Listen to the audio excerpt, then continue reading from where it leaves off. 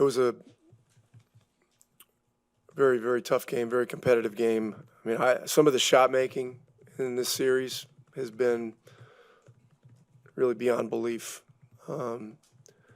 Both teams. I mean, some of the shots Anunoby's hit, and one of the setback on the left wing tonight was just unbelievable shot, And so, at these high levels,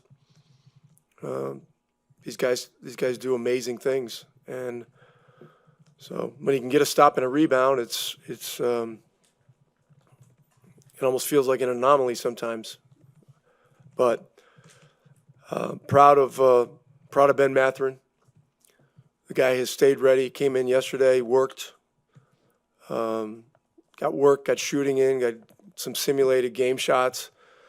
Have just been encouraging him to stay ready, that we need him, and that the playoffs they're just a different animal. And so tonight he was great. Really gave us a huge lift and some really timely buckets. So really proud of him. I know Ty did some historic stat stuff tonight. That's great, but it's tough talking about stats when it's such a team thing right now. So happy for him. It'll get celebrated on all the networks and stuff like that. But in our world right now, it's day 7 of 13, and tomorrow's day 8. And we've got to just keep our eye on the ball and keep focusing on each day.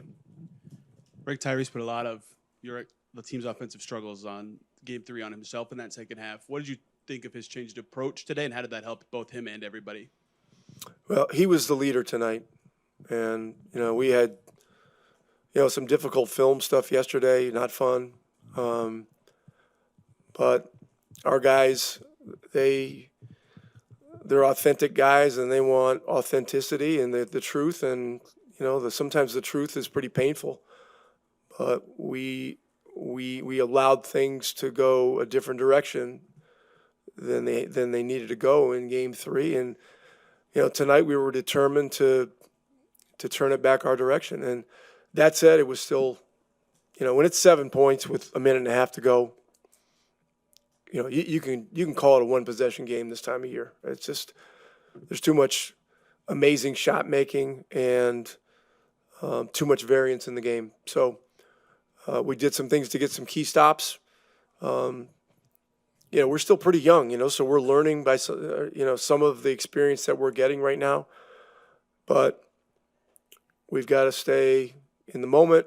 We've got to keep our eye on the ball and, go day to day and moment to moment here. You've noted before about some of your players that you can notice when their disposition is different on a game day. After what Benedict Mathurin did yesterday, did you notice anything different about him going into this one? He's always ready to play, to me, and he watched last year when he was injured, how the whole thing went, and we didn't have the variance in our lineup last year that we have this year. We have, we're playing 12 guys. Walker hasn't played in the series yet. But we're playing 11 other guys, and it would be 12. And so if he was playing some, and he may still, and with the Towns matchup being so difficult, Miles fouled out tonight. Walker has got to stay ready, and he was there yesterday too, along with Murphy. Those three guys worked together, keeping themselves ready for whatever was needed. So anyway, it's you can't exhale at all in the playoffs. I want to go back to Halliburton, obviously, on top of what he does on the offensive end in terms of pushing tempo, 12 defensive rebounds, 4 steals. Would you like on top of just his ability just to get his hands on the ball and start things that way, basically by causing turnovers and grabbing some rebounds when that's the thing you really needed? Yeah, and he's doing this within the system. There isn't a lot of freelance stuff where, they're just kind of outside the box gambles. He's doing it within the system, and that's real growth. And look, he's had a lot of things happen this year. The year's been filled with ups and downs.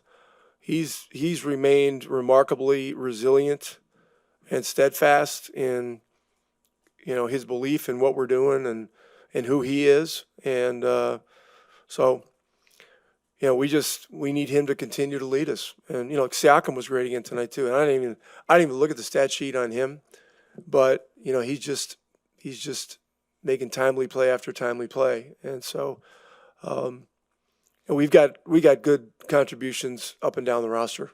Even the guys off the bench that didn't score much played with a lot of presence and a lot of purpose.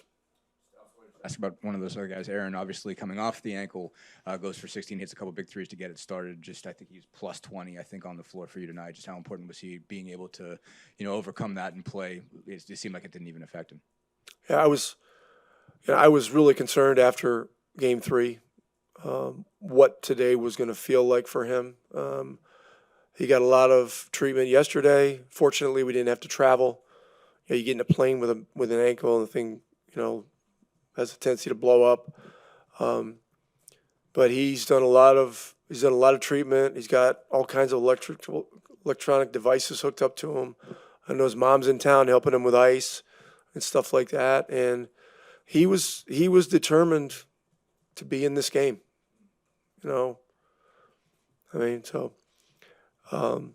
Very meaningful that he was able to do it.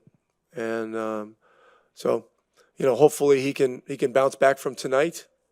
And one of the reasons I wanted to get him out in the last minute, I just don't want somebody to step on a foot or something like that, or walk by a referee, and you just don't know.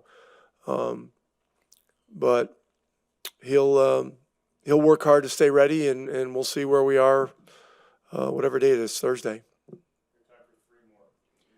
Rick, just going back to Tyrese again, just among all the numbers he put up, to have 0 turnovers, pace he plays, all the things he does for you guys, he's obviously a low turnover guy always, but what just allows him to operate so much with the ball, do all these things, and really just not cough it up like that? Yeah, he was really throwing the ball ahead tonight too, which was really important for us. And to not have any turnovers in any of those situations too is pretty remarkable. But this has become his thing, and there will be a new statistical category, perhaps named after him somewhere down the line. Him and Chris Paul, these guys, there aren't a lot of guys. I know Stockton didn't turn it over much back when he played. There are others. LeBron James didn't turn it over very much. You can go right down the line, some of the all-time greats. And so I know he takes great pride in it, and that's a motivating factor. Rick, I remember you said when Benedict got drafted here, when he worked out here during the draft, he came back that night for another workout. What have you learned about the young man from that point till now, about the work he puts into his game and just, like you said, kind of staying ready and staying in the gym? Yeah, he's a confident young man, and he's tough. He's legitimately tough. In a tough playoff series against a tough opponent like this, he fits into this.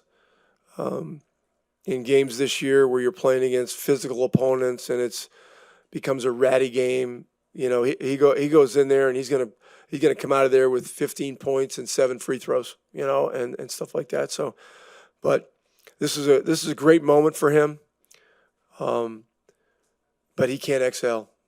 Can't exhale. In the playoffs, I heard Steve Nash say this one time years ago. When you win, it feels like you're never going to lose again, and when you lose, it feels like you're never going to win again. And those are the emotions, and that's why each of these games looks and feels and is so different. Rick, you had mentioned, you said there's all these different statistical things with Tyrese, but it's about the team, the collective.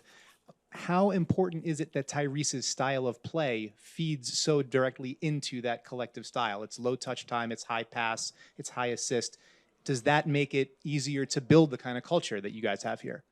It does. But I'm just really tired about talking about individual stats this time of year. It's just not. It just flies in the face of what's necessary. I had a radio show this morning, and somebody asked me about Ben Matherin's numbers. This is a team game. It's not about the numbers. It's about being ready. And a lot of times defining plays in the playoffs have nothing to do with statistical things. They're loose ball plays, they're charges taken, stuff like that. I mean, celebrate that. Talk about that. I mean, those are the kinds of things that are truly important. So, look, Tyrese is a great player, and I think people realize that. He happens to do some very impressive statistical things, but he's well aware that all of this far transcends statistics.